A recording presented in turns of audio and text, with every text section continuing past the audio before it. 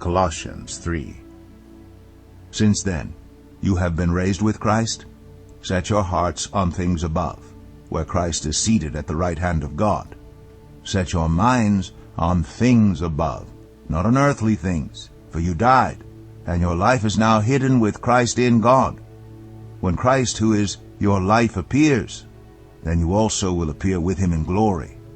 Put to death, therefore, whatever belongs to your earthly nature: sexual immorality, impurity, lust, evil desires, and greed, which is idolatry. Because of these the wrath of God is coming. You used to walk in these ways in the life you once lived, but now you must also rid yourselves of all such things as these: anger, rage, malice, slander, and filthy language from your lips. Do not lie to each other, since you have taken off your old self with its practices and have put on the new self, which is being renewed in knowledge in the image of its Creator.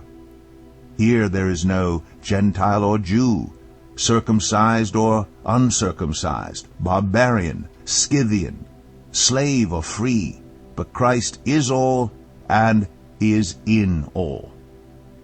Therefore, as God's chosen people, holy and dearly loved, clothe yourselves with compassion, kindness, humility, gentleness, and patience. Bear with each other, and forgive one another. If any of you has a grievance against someone, forgive, as the Lord forgave you. And over all these virtues put on love, which binds them all together in perfect unity. Let the peace of Christ rule in your hearts, since as members of one body you were called to peace, and be thankful. Let the message of Christ dwell among you richly, as you teach and admonish one another with all wisdom through psalms, hymns, and songs from the Spirit, singing to God with gratitude in your hearts. And whatever you do, whether in word or deed, do it all in the name of the Lord Jesus, giving thanks to God the Father through him. Wives, submit yourselves to your husbands, as is fitting in the Lord. Husbands, love your wives, and do not be harsh with them. Children, obey your parents in everything, for this pleases the Lord.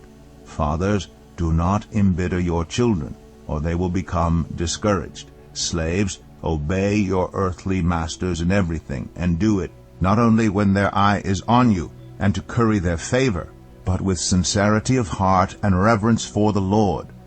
Whatever you do, work at it with all your heart, as working for the Lord, not for human masters, since you know that you will receive an inheritance from the Lord as a reward. It is the Lord Christ you are serving.